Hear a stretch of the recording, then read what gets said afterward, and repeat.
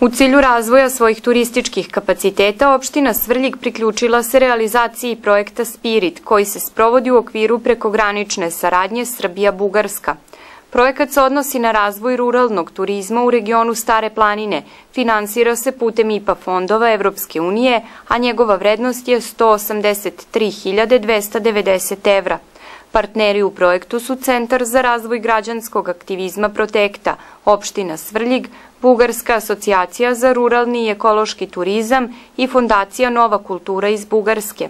Sa realizacijom i ciljevima ovog projekta medije su upoznali Marko Mladenović, pomoćnik predsednika opštine Svrljig, i Dejan Milošević, izvršni direktor Protekte, na prošlonedeljnoj konferenciji za novinare. Oni su ukazali na činjenicu da najkraći put do Stare planine vodi kroz opštinu Svrljig, pa tako naša opština predstavlja važnu tačku na ovoj relaciji. Lokalna samouprava u tome je pronašla svoju razvojnu šansu i mogućnost za uspostavljanje i osnaživanje turističke organizacije Svrljig. Predstavljanje turističkih potencijala turistima koji idu ka Staroj planini odvijaće se kroz brojne aktivnosti.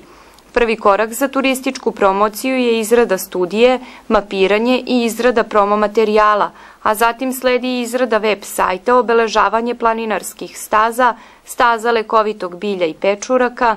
Na relaciji od Svrljiga do Stare planine biće postavljene i 3 ekološke drvene kućice za prodaju suvenira i podelu promotivnog materijala. Dejan Milošević, izvršni direktor Protekte, najavio je i niz drugih aktivnosti, prvenstveno edukativnih. Postoje još drugi niz aktivnosti, to su edukacije koje će biti realizovane u sklopu ovog programa. Edukacije su opet usmerene ka građanima opštine Svrljig i ljudima koji gravitiraju oko nje. To su edukacije upravo za ove 3 stvari, kako se recimo beru pečurke, kako se, ne znam, bere lekovito bilje, koja vrsta lekovitog bilja, čemu služi i kako može da se izađe na tržište, da se jednostavno, što su i sami predstavnici opštine istakli, ostvaruju neku ekonomsku dobit za građane Svrljiga.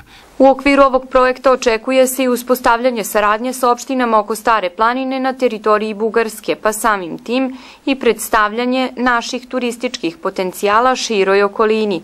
Kao krajnji rezultat očekuje se da Svrljig više neće biti samo mesto kroz koje turisti prolaze, već centar gde oni svraćaju i provode neko vreme.